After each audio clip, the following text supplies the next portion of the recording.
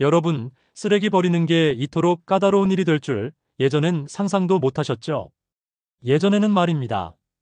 그냥 대충 종량제 봉투에 쓰레기 담아서 문 앞에 내놓으면 그만이었어요. 그런데 요즘은 이게 웬일입니까? 라면 봉지 하나 잘못 넣었다가 10만 원 과태료라니 이게 진짜 현실입니다. 안녕하세요.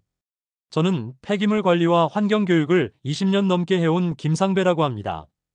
현장에서 하루에도 수십 번씩 듣는 말이 있습니다. 이걸 왜 버리면 안 되나요? 아니, 이게 뭐가 그렇게 큰 잘못인가요? 그럴 때마다 저는 마음이 참 무거워요. 왜냐면 대부분의 분들이 몰라서 과태료를 내고 계시거든요.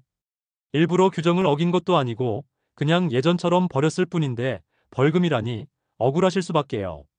특히 올해 10월부터 바뀐 정책은요. 이제는 그냥 실수로 한번 버린 것도 CCTV나 수거 현장에서 바로 확인이 돼서 단속당하는 경우가 많아졌습니다. 봉투 안에 뭐가 들었는지까지 들여다본다고 하니 참 세상이 달라졌죠. 그래서 오늘 이 영상을 준비했습니다. 말씀드릴 내용은 단순한 정보가 아닙니다. 당장 내 지갑을 지키고 억울한 벌금을 피하는 실전 매뉴얼이에요. 이제는 그냥 대충 버리면 안 되는 시대가 됐습니다. 그래서 이번 영상에서는 새로 바뀐 쓰레기 정책 중 특히 종량제 봉투에 절대 넣으면 안 되는 5가지, 그리고 많은 분들이 헷갈려 하시는 혼동 금지 항목들까지 정확하게 알려드릴 겁니다. 혹시라도 최근에 쓰레기 버리다가 이건 뭐야? 싶으셨던 적 있으세요? 혹은 우리 동네는 왜 갑자기 쓰레기 수거를 안 해가? 하셨다면 오늘 영상 끝까지 꼭 시청해주세요. 영상 끝부분엔 실제 벌금 사례도 알려드릴 거고 내가 실수하지 않기 위해 어떻게 해야 할지 가장 쉽게 기억할 수 있는 3초 구분법도 공개하겠습니다. 그럼 지금부터 종량제 봉투에 절대 넣으면 안 되는 첫 번째 금지 항목 말씀드릴게요. 첫 번째, 많이들 하시는 실수입니다. 기름 묻은 라면 봉지를 종량제 봉투에 넣으셨던 적 있으신가요? 서울 은평구에 사시는 최수님 어르신 이야기를 해드릴게요. 늘 환경 생각하시며 재활용을 꼼꼼히 해오셨던 분인데 며칠 전 갑자기 구청에서 과태료 고지서가 날아왔답니다. 금액은 무려 10만 원. 이유는 단 하나, 라면 봉지를 물에 안 씻고 종량제 봉투에 넣은 것이 문제였습니다. 아니, 예전에는 그냥 일반 쓰레기로 버려도 됐잖아요. 그렇죠. 예전엔 그랬습니다. 그런데 지금은 라면, 봉지 같은 비닐류도 반드시 재활용 분리배출 대상입니다. 다만 기름기나 양념이 묻어 있으면 재활용이 안 되기 때문에 문제인 거죠. 과학적으로 보면 비닐 표면에 남은 기름 성분이 재활용 공정에서 다른 재료까지 오염시키기 때문에 전체 폐기물이 손상된다고 해요. 그래서 요즘은 조금만 오염되어도 바로 재활용 제외되고 종량제 봉투에 넣을 경우 불법 폐기물로 간주된다는 겁니다. 그렇다면 어떻게 해야 할까요? 대체 방법은 간단합니다. 라면 봉지, 과자 포장지, 냉동식품 비닐 등은 물을 이용해 한 번만 헹궈서 비닐류 전용 수거함에 넣으시면 됩니다. 혹은 오염이 너무 심해 도저히 헹굴 수 없을 땐 일반 쓰레기로 분류하셔야 하고요. 단, 그때도 혼합재질 여부를 꼭 확인하셔야 합니다. 그렇다면 정답은 뭘까요? 라면 봉지처럼 기름 묻은 비닐은 씻어서 재활용함에 도저히 안 될 땐 일반 쓰레기로 분류하되 종량제 봉투에는 직접 넣지 말 것. 이것이 새로운 기준입니다. 두 번째, 많은 분들이 착각하시는 항목이에요. 양파 껍질, 대파 뿌리, 마늘 껍질입니다. 보통 음식물 쓰레기로 생각하시죠? 지난주에 상담 오신 박노식 어르신도 그러셨어요. 오랫동안 양파 껍질을 음식물 쓰레기로 버리셨는데 최근엔 자꾸 수거를 안 해가더랍니다. 왜 내 것만 놔두는 거야? 하셨는데 그건 바로 이런 식물성 폐기물도 일반 쓰레기이기 때문이었습니다. 왜 그럴까요? 양파나 마늘 껍질 속에는 동물에게 해로운 성분이 있어 사료나 퇴비로 쓸 수가 없어요. 실제로 마늘 껍질을 먹은 돼지들이 소화장애를 일으켰다는 사례도 있습니다.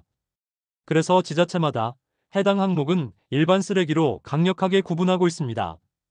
이걸 음식물로 분류하면 전체 음식물 처리 시스템을 망가뜨릴 수 있기 때문에 단속도 점점 더 강화되는 추세입니다. 그렇다면 대체 방법은요? 양파 껍질, 대파 뿌리, 마늘 껍질은 일반 쓰레기로 분류하되 물기를 꼭 제거해서 버려야 처리 과정에서도 문제가 없습니다. 그렇다면 정답은 어떤 것일까요? 마늘 껍질, 양파 껍질, 대파 뿌리처럼 사료화 불가능한 식물성 쓰레기는 절대 음식물 쓰레기로 착각하시면 안 됩니다. 모두 일반 쓰레기로 구분하셔야 해요. 이번엔 조금 의외일 수 있는 항목입니다. 바로 김치입니다. 아니, 김치가 왜 문제가 되지 싶으실 텐데요. 이게 의외로 헷갈리기 딱 좋은 부분입니다. 김치는 음식물 쓰레기로 분류되는 줄 아셨죠? 저도 그렇게 알고 있었거든요. 그런데 요즘은 김치도 그냥 음식물 쓰레기로 버리면 안 되는 경우가 많습니다. 그 이유가 무엇일까요? 바로 염분 때문입니다. 김치에는 기본적으로 소금기가 많고 이 염분이 동물의 내장에 치명적인 손상을 줄 수 있다고 해요. 실제로 사료로 사용된 김치류 음식물이 동물 사료 공장에서 거부당한 사례가 늘고 있다고 합니다. 그래서 김치도 무조건 음식물 쓰레기라고 생각하면 안 됩니다. 그럼 어떻게 해야 하냐고요?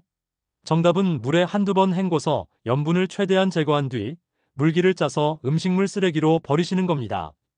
만약 김치가 너무 짜서 헹궈도 맛이 남아있다 싶으면 과감히 일반 쓰레기로 보내야 하고요. 애매하게 헹궈서 음식물로 버리면 오히려 수거 거부 대상이 됩니다.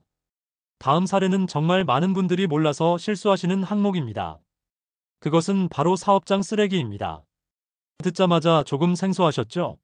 쉽게 말하면 회사에서 나온 쓰레기를 집에서 버리는 행위입니다.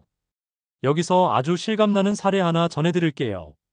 성남에 사시는 조남호 어르신, 아드님이 사무실에서 청소하면서 나온 종이박스랑 플라스틱 컵을 종량제 봉투에 몰래 넣어버리셨는데요. 몇 주 뒤 고지서 한 장이 날아왔습니다. 과태료가 무려 100만 원.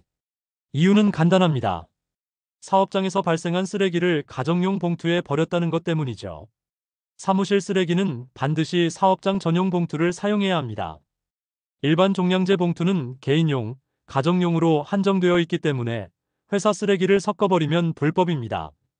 특히 요즘은 CCTV로 봉투를 촬영해서 안에 있는 서류나 영수증 하나만 나와도 바로 단속이 됩니다. 이제 보니 생각보다 가까운데 위험이 도사리고 있었죠. 작은 실수 하나가 내 지갑을 텅 비게 만들 수 있다는 것, 다시 한번 마음속에 꼭 새겨두셔야 합니다.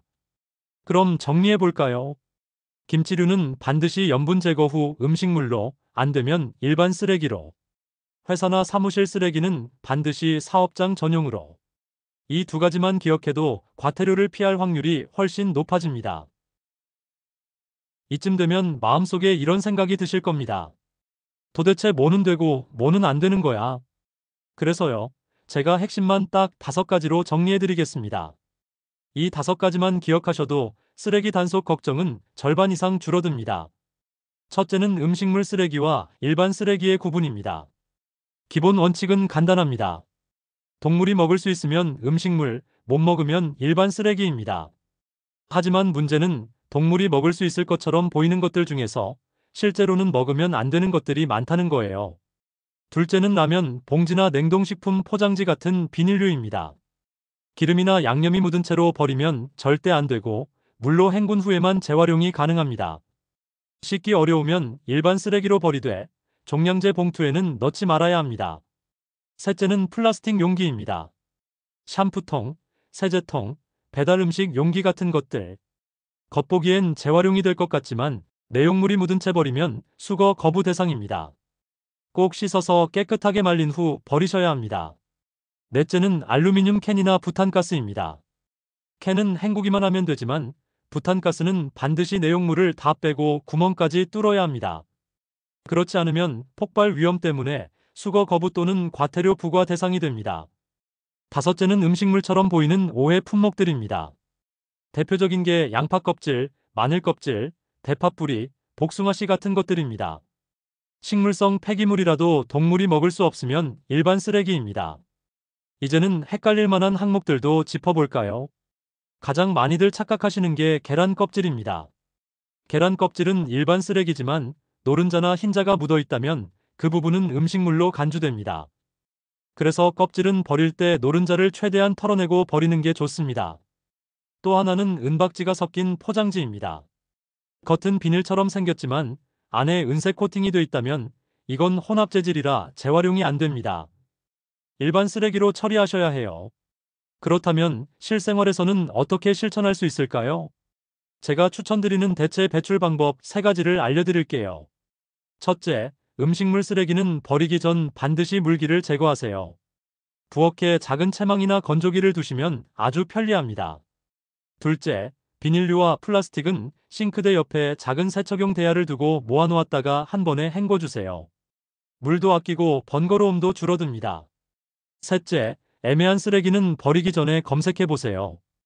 요즘은 지자체나 환경부에서 운영하는 쓰레기 분리배출 앱도 많거든요. 아무리 작은 쓰레기 하나라도 잘못 버리면 큰돈이 나갑니다. 하지만 반대로 조금만 신경 쓰면 환경도 지키고 내 지갑도 지킬 수 있어요. 여기 한 분의 이야기를 들려드릴게요. 경기도 용인에서 혼자 살고 계신 이복래 어르신. 몇 달 전까지만 해도 종량제 봉투 안에 이것저것 막 넣어버리셨대요.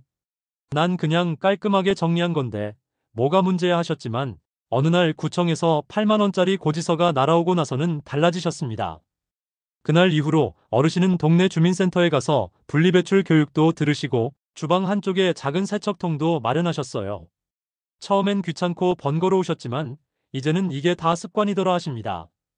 무엇보다 이복래 어르신이 하신 말씀이 참 인상 깊었습니다.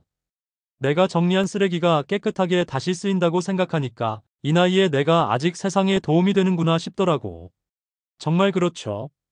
우리가 하는 작은 행동 하나가 환경을 지키고 자식들 세대에 물려줄 세상을 바꾸는 첫걸음일 수 있습니다.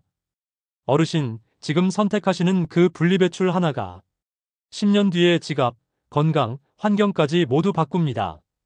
억울하게 벌금 내는 일도 줄어들고 동네 환경도 훨씬 쾌적해집니다. 이제 여러분께 여쭙고 싶습니다. 오늘부터 실천해 보실 준비 되셨나요? 오늘 영상이 도움이 되셨다면 구독 버튼 꾹 눌러주시고 좋아요도 한번 부탁드릴게요. 댓글로는 혹시 겪으셨던 실수나 헷갈렸던 항목도 남겨주시면 다른 분들에게도 큰 도움이 됩니다. 다음 영상에서는 더 깊이 있는 정보로 찾아뵐게요. 긴 시간 함께 해주셔서 진심으로 감사합니다.